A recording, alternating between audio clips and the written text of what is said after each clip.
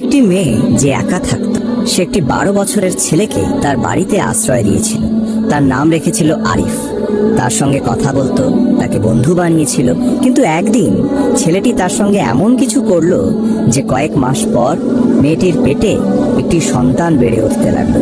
গ্রামের লোকেরা হাসতো, তাচ্ছিল্য করত, কিন্তু তার কাছে কোনো উত্তর ছিল না, কারণ সে কখনো কোনো মানুষের স্পর্শ পর্যন্ত করেনি। এটা কি সত্যি সেই ছেলের সন্তান ছিল?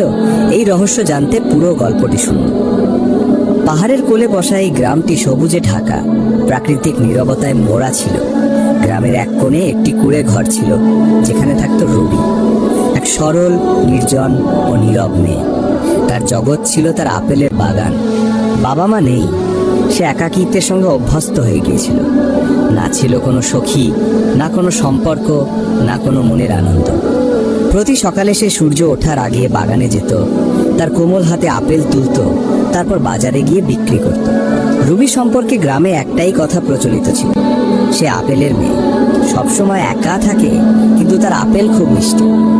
একদিন রুবি যখন বাগানে আপেল তুলছিল, হালকা রোদ গাছের ডালপালা ছুঁয়ে মাটিতে পড়ছিল, পাখিরা কিচিরমিচির করছিল, আর রুবি তার ভাবনায় ডুবেছিল। হঠাৎ তার নজর পড়ল একটি 12 বছরের ছেলের উপর। সে সাধারণ ছেলেদের মতো ছিল না, না দুষ্টু, না চিৎকার করা। শান্তভাবে বসে রুবির দিকে তাকিয়েছিল। তার চোখে অদ্ভুত মাসুমিয়াত ছিল। রুবি চমকে উঠল। প্রথমে ভয় পেয়ে বলল, তোমার নাম কি? এখানে কি করছো? কিন্তু সে কোনো উত্তর দিল না। রুবি একটি শুকনো কাঠ তুলে বলল, চলে যাও, আমার বাগান নষ্ট করো না। কিন্তু ছেলেটি সেখানেই বসে রইল। তার চোখে ভয় ছিল না, বরং একটি দুঃখ লুকিয়েছে। রুবি নরম হয়ে গেল, কাছে গিয়ে বলল, ঠিক আছে, কিন্তু বাগানের কোনো ক্ষতি করো না। সেদিন ছেলেটি পালালো না, এক কোণে বসে গেল, আর রুবি তার ঝুড়ি ভরতে লাগলো। পরদিন সে বাগানে ফিরল, ছেলেটি একই জায়গায় ছিল। এবার রুবি ভয় পেল না। তুমি আবার এসেছ? ছেলেটি মাথা নাড়ল। রুবির ঠোঁটে হালকা হাসি ফুটল। সে একটি আপেল তাকে দিল। ছেলেটি নীরবে খেতে লাগলো। দিন গড়িয়ে গেল। প্রতিদিন রুবি বাগানে আসতো, আর ছেলেটি সেখানে থাকতো। সে দুষ্টুমি করত না, বরং সাহায্য করত। গাছ থেকে আপেল তুলে নিচে ফেলত, কখনো হাত বাড়িয়ে দোস্ত, যেন বলছে, আজকের পুরস্কার কই? রুবি তাকে আরিফ নাম দিল। সে তার সঙ্গে কথা বলতে শুরু করল। আরিফ চোখ দিয়ে উত্তর দিত, কখনো মাথা নাড়ত, কখনো দীর্ঘশ্বাস ফেলত। রুবি তার সঙ্গে স্বস্তি বোধ করত। এক বৃষ্টির দিনে রুবি কুড়ে ঘরের দিকে দৌড়াচ্ছিল। পিছনে তাকিয়ে দেখলো আরিফ ভিজছে। তার হৃদয় ছিঁড়ে গেল। কেন আমার সঙ্গে এলে না? সে দৌড়ে ফিরে গিয়ে বলল। আরিফ ভেজা চোখে তাকালো। রুবি তার হাত ধরে বলল, চলো, আমার বাড়ি চলো, তুমি আর একা থাকবে না। আরিফ নীরবে তার পিছনে গেল। রুবির কুড়ে ঘরে এখন আর একাকিত্ব ছিল না। আরিফ তার সঙ্গে থাকতো, কোণে বসে গল্প শুনতো। আরিফ, খেতে আয়। আরিফ, চলো বাজারে। গ্রামের লোকেরা অবাক হতো, কেউ হাসতো, কেউ ফিসফিস করত, এই মেয়ে পাগল, একটা ছেলেকে বাড়িতে নিয়েছে। কিন্তু রুবির জগতে শুধু আরিফ, আপেল আর শান্তি ছিল। এক পূর্ণিমার রাতে রুবি খাটে শুয়ে বলল, তুমি সবসময় থাকবে, তাই না? আরিফ মাথা নাড়ল। রুবি তাকে জড়িয়ে ধরে ঘুমিয়ে পড়ল। কিন্তু সেই রাতে কিছু বদলে গেল। শরতের শীতলতায় রুবির শরীর ভাঙা লাগছিল। জ্বর, দুর্বলতা তাকে বিছানায় ফেলল। আরিফ তার পাশে থাকতো, কখনো ভেজা কাপড় কপালে রাখত, কখনো পানি আনত। রুবির হৃদয়ে শান্তি ছিল, কেউ তাকে ছেড়ে যায়নি। কয়েক মাস পর রুবির শরীরে অদ্ভুত পরিবর্তন এলো। বমি, দুর্বলতা, অস্থিরতা। একদিন সে অজ্ঞান হয়ে গেল। আরিফ গ্রামের এক বয়স্ক ডাক্তারকে ডেকে আনলো। ডাক্তার বললেন, তুমি মা হতে চলেছ। 4 মাস পেরোয়েছে। রুবি অবাক হলো, অসম্ভব, আমি কাউকে স্পর্শ করিনি। ডাক্তার বললেন, ভাগ্য কখনো কখনো রহস্য লেখে। রুবি আয়নায় নিজেকে দেখলো, হাত পেটে। মনে প্রশ্ন, এই সন্তান কার? তার চোখ আরিফে উপর পড়ল।